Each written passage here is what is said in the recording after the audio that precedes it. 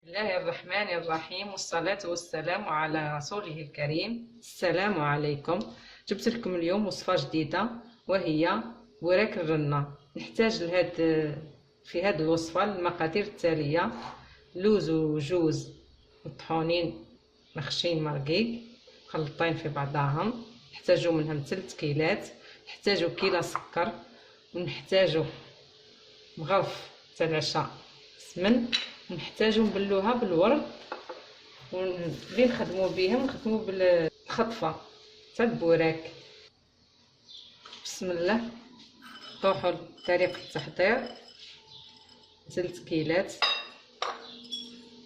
خليط هذا تاع المكسرات، 3 كيلات ما تلاحظوا 3 كيلات يعني مكيلتهم انا من قبل، نعدلكم كيفاه. 3 كيلات كيلو بالكيله نفسها، بعدني كيلتها حطيتها هنايا. سكر حرش نخلطوه مع بعضه. نزيدوا لها مغرفه تاع السمن،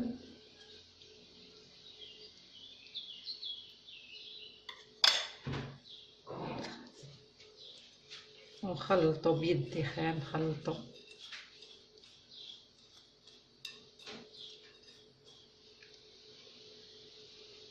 نبلوها بالورد.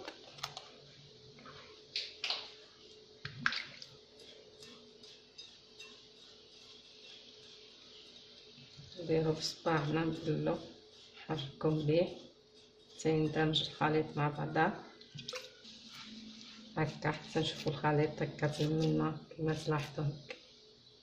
نحطوه بجالو نخليوه يرتاح شويه باه السكر هذا كيذوب لنا شويه مليح. الخليط هذا الحشو تاع اللي نحشيو به هادو كل مليح، ديما مليح تبلو قبل الوقت شويه باه يدخل لك السكر هذا كيذوب. تجيك الخدمه تاعك مليحه. خليه يرتاح شويه ونعتلكم كيفاه نخدم. بعد ما يرتاح لنا الحشو هذا تاعنا نحكموه بدا شويه، نديرو على شكل معصم هكذا، على شكل حربوش صغير، معصم صغير قد الحبه تاعك اللي راح ديري.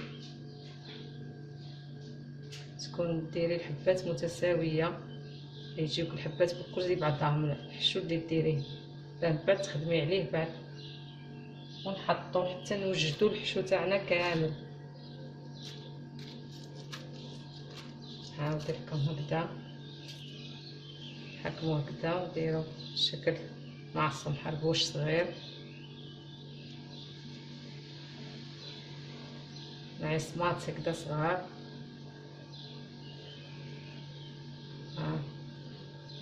يجيو الشكل نفس الشكل نفس الحجم هكذا كما تلاحظوا. راني وجدت شويه انايا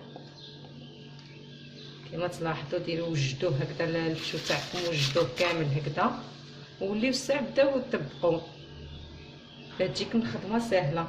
نروحوا درك نعتلكم كيفاه نبرمو الوراك تاعنا. نكونوا عندنا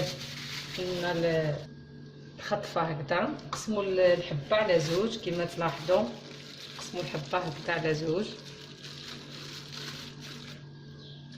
نقص ولا حاجه نقسموهم على زوج هكذا.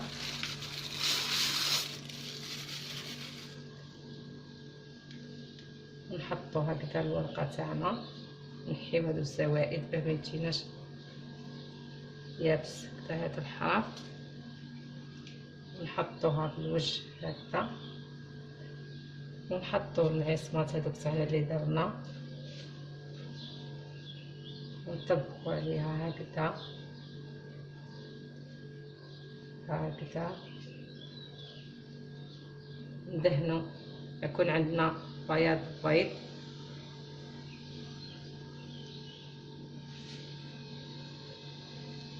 ندهنو هكذا. تصيبوا دهنو هنا تاني هذه دهنو مليح بياض البيض هادو هنا.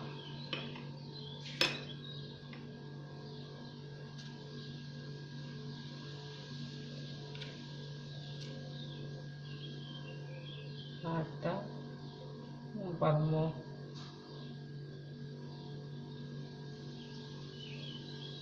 هكذا كيما تلاحظوا هكا.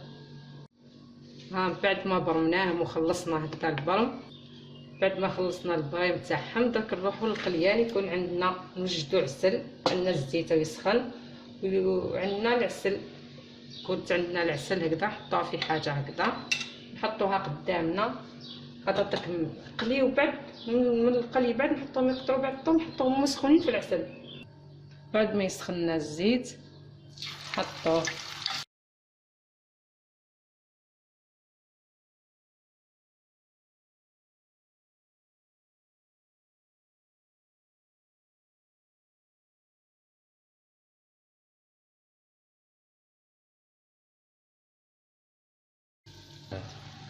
خليوهم هكذا تشوفوهم بداو يحمروا هكذا كيما هادي. نحيوهم نحطوهم هكذا. شوفوا هو سخون. بعد كيما نحينا من المقله هو سخون، حنا نحطوه في العسل. كيما نحينا حطوه في الكسكاس برك، بعد مباشره العسل هو سخون هكذاك باش يشرب لنا العسل. هكذا نغطسوه في العسل هكذا.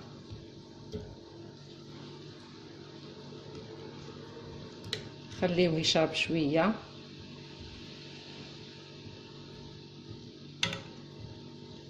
هكذا نكونوا محضرين كسكاس، نزيدو نحطوه يقطر في الكسكاس. حنا يعيننا على المقله هذيك، ما نخليوش هذوك يحمروا لنا. كي يشربوا العسل هكذا مليح تهزيهم من العسل وتحطيهم في الكسكاس يقطروا، يزيدوا يقطروا. تنحيهم من العسل حتى يزيدوا يقطروا في الكسكاس مليح. من بعد نعتهم لكم جاهزين. بعد ما قليناه وشحرناه في العسل نحيوه مباشره من المقله العسل، نخليوه يقطر شويه هكا في الكسكاس. ونوليو نديرو شويه بيستاش اللي عنده. هذه اختياريه كيما يحب العبد. عندك ما عندكش ما ديريلوش، ديري له جوز، ديري له تلقعي له منه هكا ومنه بيستاش.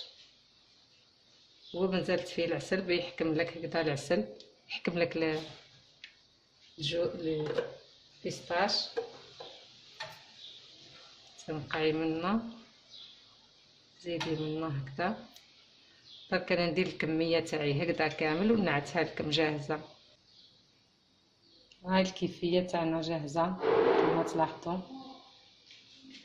تحبوا ديروه انا درته لكم جوز ولوز. تحبوا ديروه بالكاوكاو يجي بنين وبنين تا الصح. جربته بالكاوكاو بنين تا الصح وعجبهم اللي ذاقوه بالكاوكاو. فول السوداني. نتمنى لكم النجاح في الاعداد تاعو، وتنساوش الاشتراك في القناه تاعنا. السلام عليكم ورحمه الله.